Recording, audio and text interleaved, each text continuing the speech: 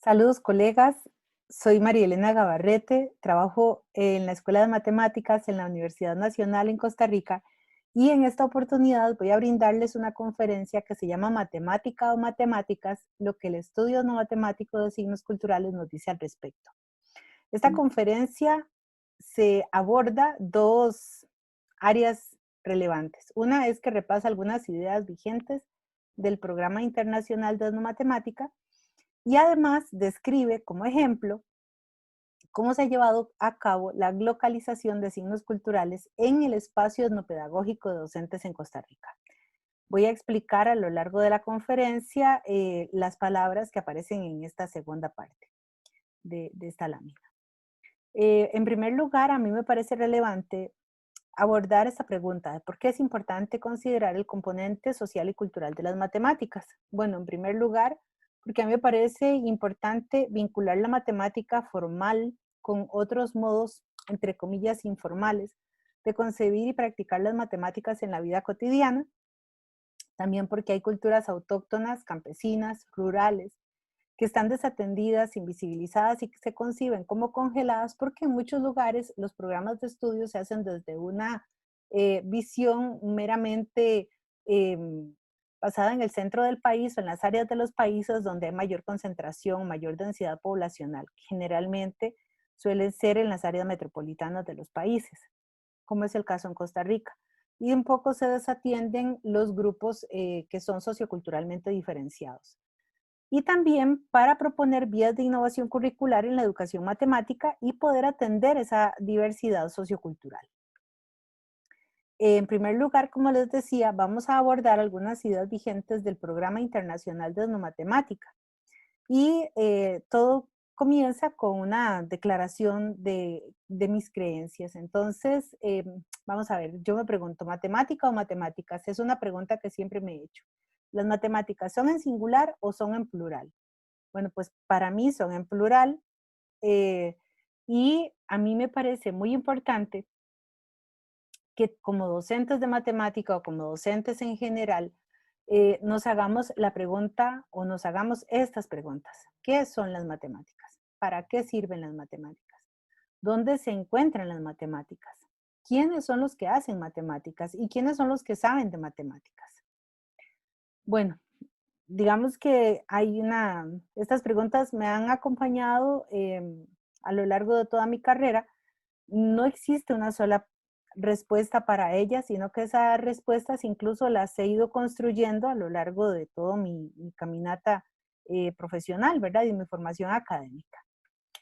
Yo voy a contestar algunas preguntas orientadas en algunas ideas, por supuesto, desde la visión etnomatemática. Huiratán de Ambrosio, en 1996, establece que la matemática occidental, esta que es singular, es una etnomatemática que se originó y se desarrolló en Europa a partir de las contribuciones de las civilizaciones india e islámica que evolucionó hasta el estado de los siglos XVI y XVII cuando fue llevada e impuesta al resto del mundo, adquiriendo en el siglo XIX el carácter de universalidad. Por otra parte, la etnomatemática surge como una manera de cuestionar esa universalidad de la matemática, como esa manera, como una forma de cuestionar esa singularidad y también de proponer el considerar los condicionamientos propios de los contextos socioculturales, fue lo que le dio un impulso a la etnomatemática para generar un programa de investigación para la acción pedagógica, que es lo que tenemos actualmente. Uno de los precursores de la etnomatemática en África era el profesor Paulo Ugherdes, que de Dios goce porque murió en el 2016, no, perdón, en el 2014, y el doctor Paulo Ugherdes en 1996 estableció que la etnomatemática es un campo de interés que yace de la confluencia entre las matemáticas y la antropología cultural. Y también es una propuesta pedagógica para la enseñanza de la matemática que está influenciada tanto por las ideas de Paulo Freire como de Vygotsky. Por su parte, el profesor australiano Alan Bishop en el año 2000 estableció que la etnomatemática se refiere tanto al estudio de las relaciones entre las matemáticas y la cultura, como a las prácticas matemáticas concretas que se llevan a cabo dentro de las comunidades donde se haya ubicada la escuela. El profesor Huiratán D'Ambrosio, en 1985, estableció en su conferencia que dio en el ICME en Adelaida, en Australia, que la etnomatemática eran las matemáticas practicadas por grupos culturales identificables. Y esa idea ha ido evolucionando con los años a través de todas las influencias de los participantes del Programa Internacional de Etnomatemática. Y en el 2008, el doctor D'Ambrosio lo establece como los modos, los estilos, las artes, las técnicas, las TICas de explicar, aprender, conocer, relacionarse con el ambiente natural, social y cultural, que es la parte etno. Y lo que busca es incorporar una concepción más amplia del conocimiento que admita la existencia de etnomatemáticas diversas. Es más, la etnomatemática, si vemos la palabra etnomatemáticas, la leemos de izquierda a derecha, etnomatemática, tiene 3 raíces morfológicas. La parte de etno, que se refiere al ambiente natural, social, cultural, imaginario. La parte del matema, que tiene que ver con cómo promover o cómo desarrollar la cognición y las habilidades para explicar, aprender, conocer, lidiar con, cómo estimular cognitivamente a las otras personas. Y las TICas tienen que ver con los modos, los estilos, las artes, las técnicas, los procesos. Entonces, de hecho, la propuesta vigente del programa internacional está en leer la palabra de atrás para adelante y decir que son TICas de matema en distintos etnos.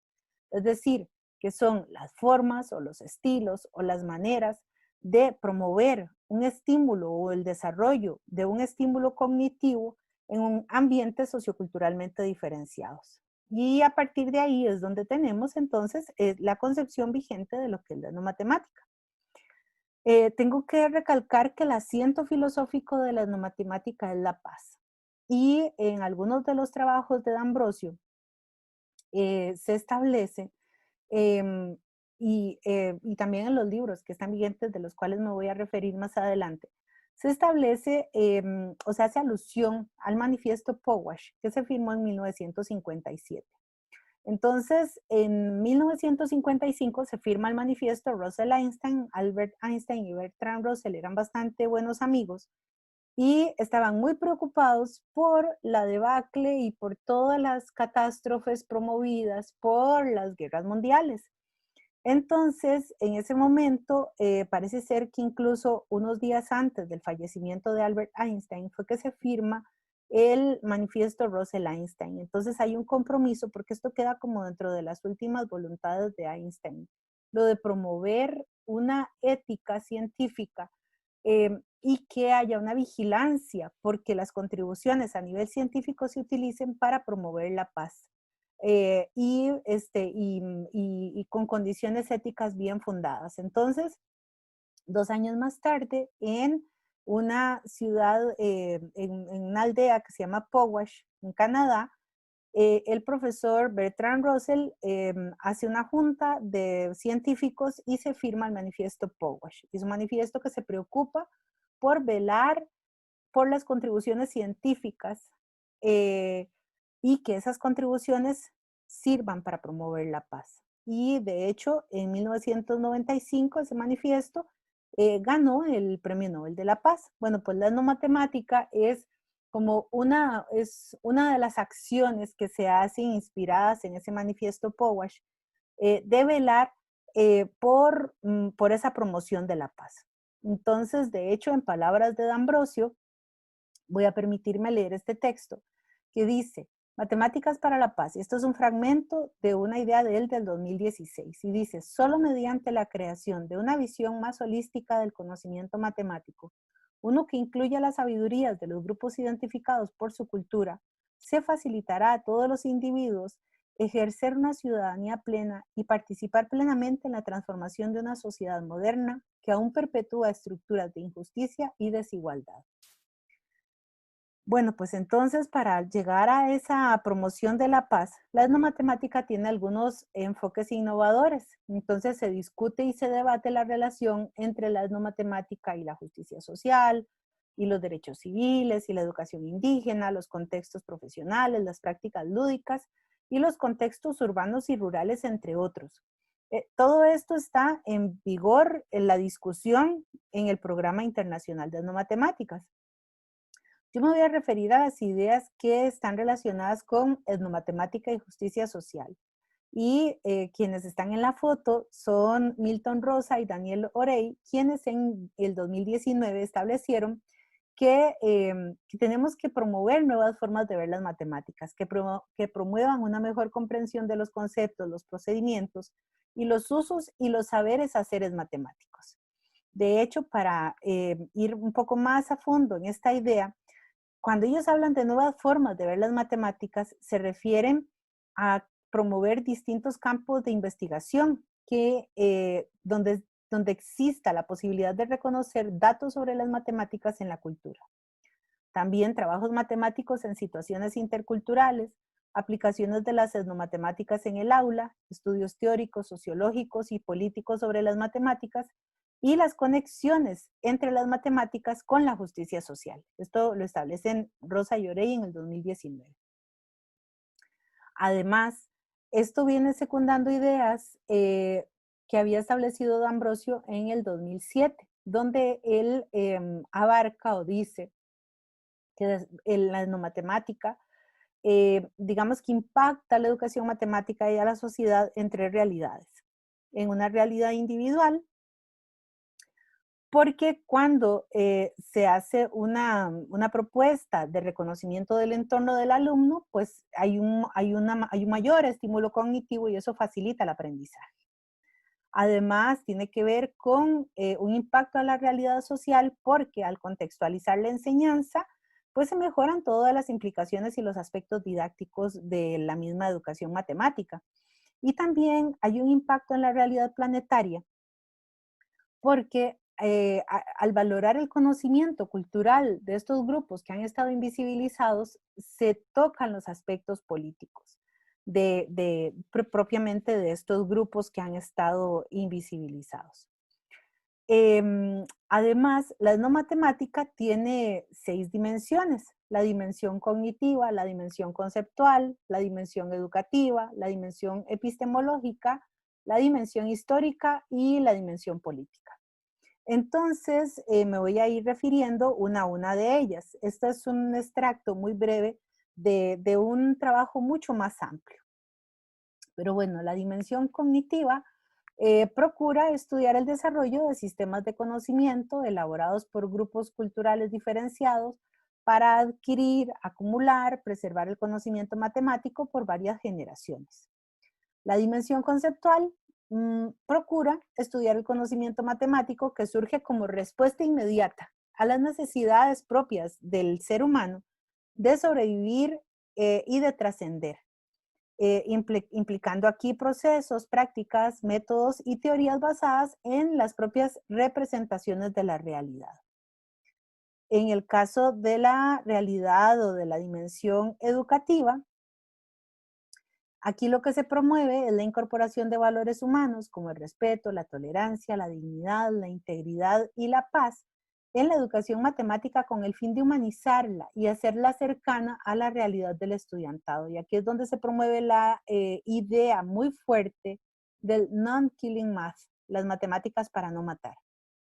En el caso de la dimensión epistemológica, acá lo que se busca es estudiar sistemas de conocimiento empíricos desarrollados para entender, comprender, explicar la evolución de las diversas formas de generación y organización y de difusión del conocimiento matemático.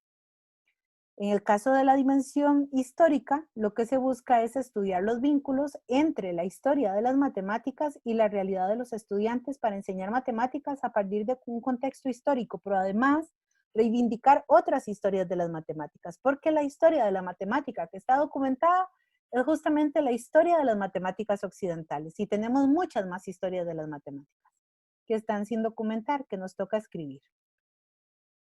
Finalmente, tenemos la dimensión política que lo que procura es reconocer, respetar la historia y la tradición y el pensamiento matemático desarrollado por miembros de grupos culturales diferenciados, distintos. Pues para quienes tengan interés en abordar más a profundidad y ver ejemplos de cómo se implementan o de cómo se pueden implicar estas dimensiones de las etnomatemáticas, yo los invito a leer los libros que se generaron a partir del trabajo grupal, de un trabajo colectivo maravilloso que desarrollamos en el IGME 13 en Hamburgo, en un grupo en un topic study group que se llamaba El rol de la etnomatemática en la educación matemática. Entonces, de ahí, de ese trabajo, salió primero una primera revisión, un libro pequeño que se llamaba Current and Future Perspectives of Mathematics as a Program, o sea, las perspectivas actuales y futuras de la etnomatemática como un programa, y enseguida, al año siguiente, de una manera más amplia, surge un segundo libro sobre las etnomatemáticas y sus distintos enfoques en la educación matemática. Entonces, digamos que como producción de grupo del programa internacional, pues estos dos libros yo los invito a leerlos porque aquí se establecen muchísimas ideas que son las que tenemos en vigor para poder orientar nuestro trabajo desde la etnomatemática. Voy a hablar o me voy a referir a algunos de los enfoques y de los temas que tratan justamente estos libros. Uno tiene que ver con los enfoques innovadores. Y entonces acá lo que procuramos es tener una visión mucho más amplia de las matemáticas que abarcan ideas, nociones, procedimientos, procesos, métodos y prácticas arraigadas en grupos culturales distintos y también que conciernen, que son pertinentes a una sociedad que es dinámica y además localizada. Y la gente dice, ¿y qué es eso de sociedad localizada? Pues lo local es cuando entra en consonancia el conocimiento global y también el conocimiento local, cuando entramos en un equilibrio de saberes. Para esto, les invito a leer o a revisar las actas del RELME 32, porque ahí Milton Rosa hizo una amplia exposición sobre la globalización y la educación matemática, hablando sobre el dinamismo de los encuentros entre las culturas. En esa oportunidad, el profesor Rosa se refirió a la globalización como un abordaje dialógico que considera la interacción entre los conocimientos matemáticos locales o sea, local es la parte que es desde adentro del grupo, o también se llama émico, y los conocimientos matemáticos globales, que también son los conocimientos que se ven desde fuera y también se perciben también se llama un conocimiento ético. Entonces, cuando se entran en un equilibrio, esa visión émica y esa visión ética, estamos otorgando una visión local del conocimiento matemático. Y eso permite una aceleración, una intensificación de la interacción y también de la integración entre los conocimientos de los miembros de esos grupos que son socioculturalmente diferenciados. Respecto al aula de matemáticas, pues entonces acá se brinda la oportunidad de examinar sistemas de conocimiento locales y globales para tener una idea de las formas de las matemáticas usadas en diversos contextos y grupos culturales por medio de una relación dialógica. Y acá es donde se promueve la implementación de una pedagogía que es culturalmente relevante. Ahora, con respecto a esto de la pedagogía culturalmente relevante, el profesor Rosa, el profesor Orey y yo en el 2017 establecimos que esa pedagogía estudia la congruencia entre los marcos referenciales de los estudiantes, las comunidades y las escuelas. Y la aplicación de la pedagogía culturalmente relevante permite validar e incorporar los antecedentes culturales que son resultantes de la herencia de los estudiantes y de sus intereses actuales. Con todo esto se genera un empoderamiento de los estudiantes en las áreas intelectual, social, emocional, política, y eso impacta en su realidad y en la realidad de sus familias, en la realidad de sus comunidades, y por supuesto en la actitud que tienen los estudiantes hacia la instrucción académica. Luego, sobre la formación de profesores, esta discusión o esta visión sobre la pedagogía culturalmente relevante, este enfoque fomenta una actitud reflexiva sobre la universalidad del conocimiento matemático al que hice alusión hace unas cuantas diapositivas, y también sobre la contextualización de ese conocimiento, ya que el trabajo pedagógico con etnomatemáticas promueve la creatividad en los docentes y en el desarrollo de un currículum matemático mucho más coherente y mucho más pertinente al entorno sociocultural de los estudiantes. Sin embargo, somos conscientes que para lograr una pedagogía culturalmente relevante es necesario ampliar la discusión en este tema.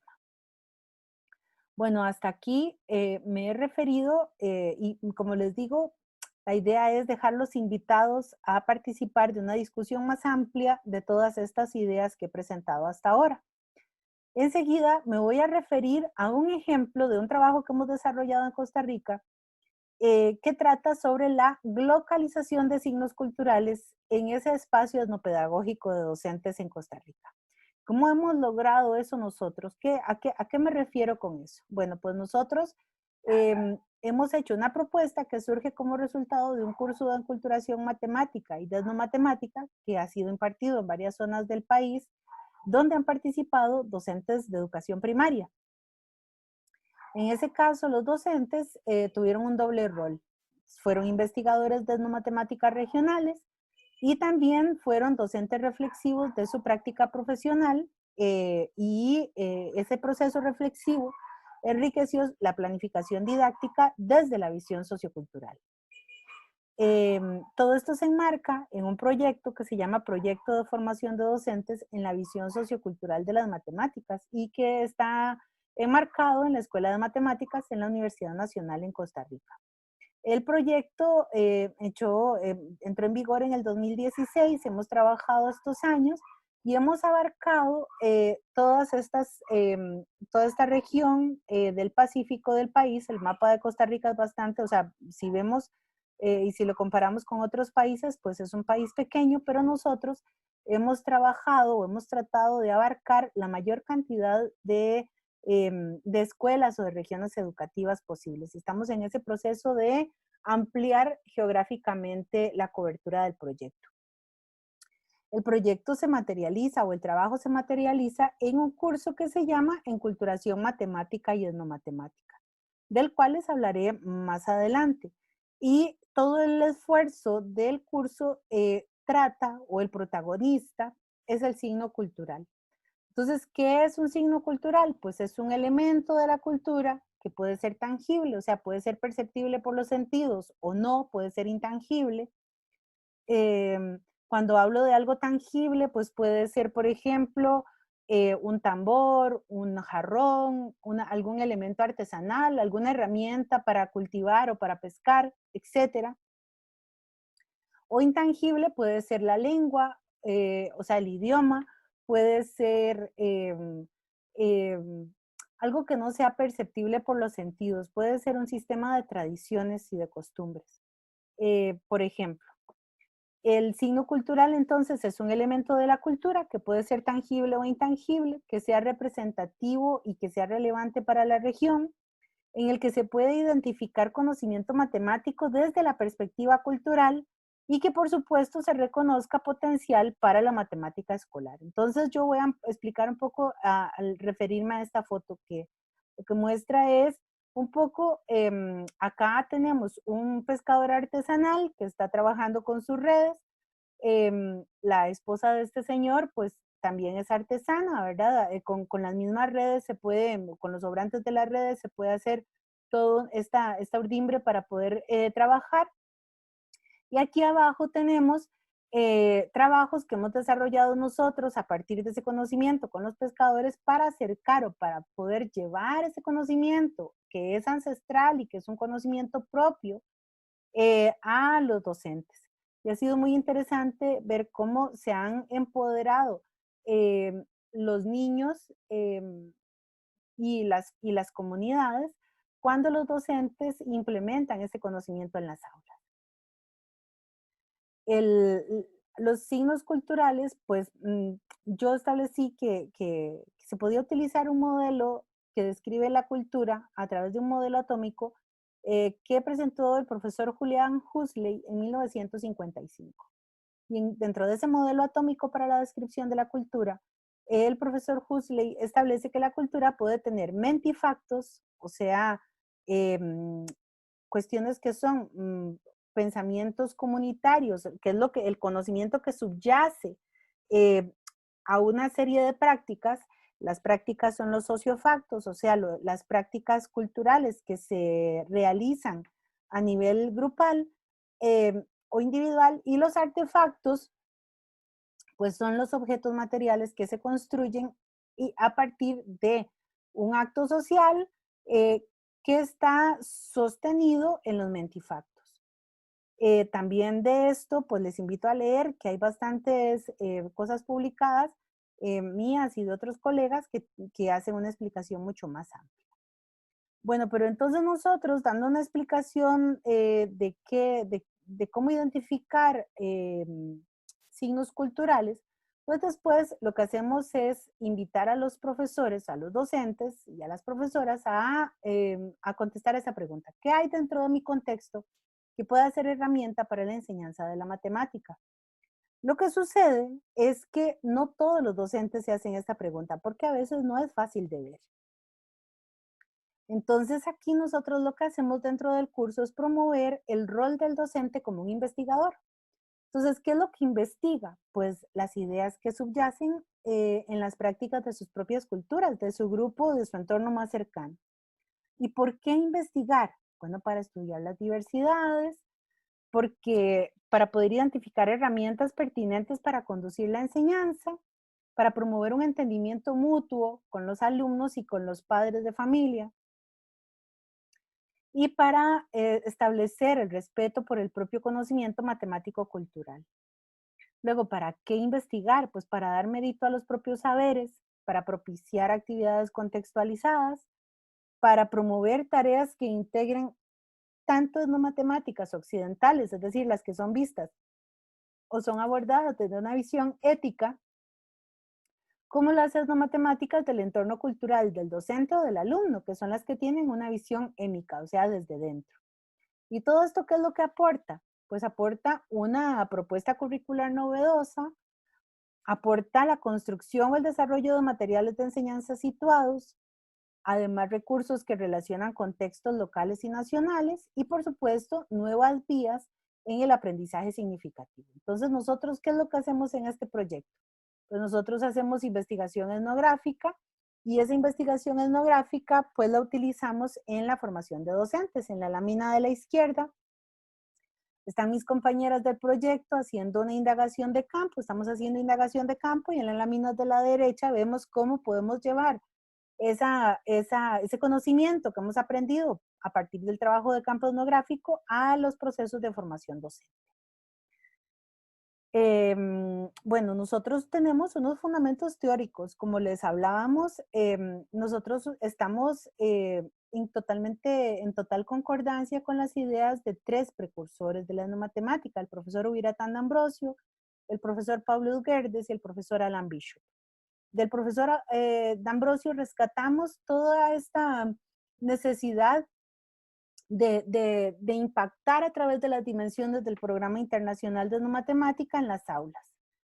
Del profesor Pablo Guerdes tomamos la idea de descongelar las matemáticas, es decir, de hacer visible lo que hasta ahora ha sido invisible a nuestros ojos. Y del profesor Alan Bishop, pues tomamos la idea de las actividades matemáticas universales, que son la vía por la cual nosotros promovemos el proceso de enculturación matemática en los docentes. Nosotros también consideramos que en la visión sociocultural de las matemáticas es necesario promoverla para reconocer nuestra diversidad y también establecer esas normas de respeto por el otro, por la diferencia del otro. Y todo ese proceso, que es un proceso de generación de valores como ciudadanos, de valores cívicos, lo que hace es fortalecer nuestra identidad. Entonces parece una cosa curiosa de cómo a través de las clases de matemáticas podemos hacer formación cívica, pero es posible hacerlo. En Costa Rica, esto tiene pertinencia con la política educativa. Hay un programa de estudios que tiene unos ejes disciplinares y dentro de estos ejes disciplinares está la resolución de problemas como estrategia pedagógica especial, la contextualización activa como un componente pedagógico especial, el uso inteligente y visionario de las tecnologías digitales, la potenciación de actitudes y creencias positivas en torno a las matemáticas y el uso de la historia de las matemáticas. Y nosotros hemos procurado generar una propuesta que abarque o que tome en cuenta el apoyo a estos ejes disciplinares de la política educativa. Entonces, el propósito del curso con el que trabajamos es un curso, como les decía, dirigido a los docentes y lo que hacemos es promover la apropiación y la comprensión del conocimiento desde una visión sociocultural de las matemáticas. Entonces, nosotros cuando estamos trabajando con los docentes, pues los metemos en esta espiral, que esta es la fase, aquí están descritas en este esquema las fases del proceso formativo. Entonces, nosotros primero lo que hacemos es una inducción muy breve sobre lo que es la enculturación matemática y la etnomatemática. Luego hacemos una sesión presencial y en este taller, y damos un taller muy interesante que ya les mostraremos de qué se trata. Luego hacemos una sesión nosotros analizamos el trabajo, incorporamos el trabajo etnográfico. Invitamos a los docentes a que hagan un trabajo independiente para poder reconocer la función de él o su rol como investigador dentro del propio proceso de enculturación matemática. Luego vamos a la segunda sesión presencial, donde hay 2 talleres. Posteriormente volvemos a hacer trabajo etnográfico y una revisión, y los docentes los invitamos a que hagan otra producción donde ellos se vean, donde establezcan su rol como creadores de actividades matemáticas contextualizadas a partir del estudio de sus propias etnomatemáticas. Posteriormente, en la sesión presencial 3, damos un taller y luego cerramos con un estudio, una exposición del trabajo de los docentes basados en la visión sociocultural de las matemáticas. Como les decía, hay una parte del trabajo del curso que se hace de manera presencial y que está constituida por 4 talleres y 2 sesiones o 2 partes que se hacen a nivel individual y que es un trabajo independiente donde lo que se hace es una indagación del contexto próximo del docente para reconocer cuáles son signos culturales con potencial de estudio de las etnomatemáticas y se hace una propuesta didáctica que enriquezca la enseñanza de las matemáticas a partir del estudio de ese signo cultural. Para eso nosotros les damos algunos ejemplos y los ejemplos, digamos que se sustentan en los talleres. Entonces, damos un primer taller sobre medidas tradicionales que se llama la medición de mis abuelos. El área disciplinar relacionada con la política educativa vigente tiene que ver con medidas y números, y con respecto a las actividades matemáticas universales tiene que ver con las actividades de contar, medir y explicar. Los otros 2 talleres, el taller 2 y el taller 3, son talleres asociados a la geometría. Lo que pasa es que en el taller 2, que se trata de patrones con armonía, lo que hacemos es diseñar, jugar y explicar. Y hablamos sobre todo de simetrías. Y el taller 3, que se llama Hacia dónde me dirijo, está relacionado con las actividades de localizar, medir y diseñar, y está más relacionado con las habilidades de ubicación espacial y digamos, y lo que tiene que ver con el plano cartesiano. El taller 4, que se llama Ganar o Perder, ¿de qué depende? Pues está asociado plenamente a la estadística y a la probabilidad, y las actividades matemáticas que se promueven son jugar, explicar y contar. Entonces, a grosso modo, pues esta es como la descripción del curso. Ahora, la metodología del curso, digamos que está un poco centrada en que el papel central es el docente, como un investigador de signos culturales y como una persona que diseña unidades didácticas contextualizadas. Y todo esto se materializa, las producciones se pueden visualizar en un portafolio. Entonces aquí nosotros promovemos el uso del portafolio como una estrategia tanto para la autorregulación del aprendizaje como para la evaluación del propio curso. En esta lámina podemos ver algunos resultados tangibles de las construcciones realizadas con el portafolio. Entonces vemos que hay construcciones propias, recopilación de material, reflexiones de cada sesión dadas por los docentes y la producción de unidades didácticas. Dentro de los signos culturales que hemos estudiado, pues están, como ven ustedes, cultivos de verduras y de frutas. También puede ser todo lo que está asociado a la producción del café, tanto a la recolección, al proceso de siembra, de preparación del suelo, el proceso de recolección, de producción, hasta la comercialización del café. Además, tiene que ver, algunos otros signos son lo que tiene que ver con las formas de traslado que se han usado en Costa Rica históricamente y algunas que son históricas y que todavía prevalecen. En la imagen de la derecha vemos, por ejemplo, el, digamos, la tradición del bueyeo y la carreta, que en el año 2010 ganó el premio de la UNESCO de Patrimonio Tangible de la Humanidad, porque en Costa Rica las carretas forman parte de nuestra historia como país. Otros signos culturales pues tienen que ver con las tradiciones, con los bailes tradicionales que nos representan y también con algunos oficios tradicionales, por ejemplo, la pesca artesanal.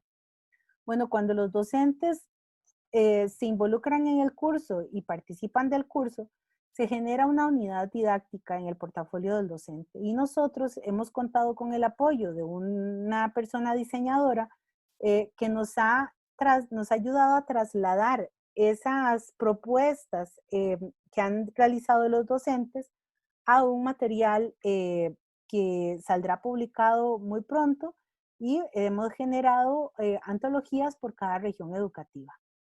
Entonces, en estas antologías, que es la propuesta localizada, ¿verdad? De cómo se materializa esto, pues lo primero que sucede es que hay una descripción a fondo del signo cultural.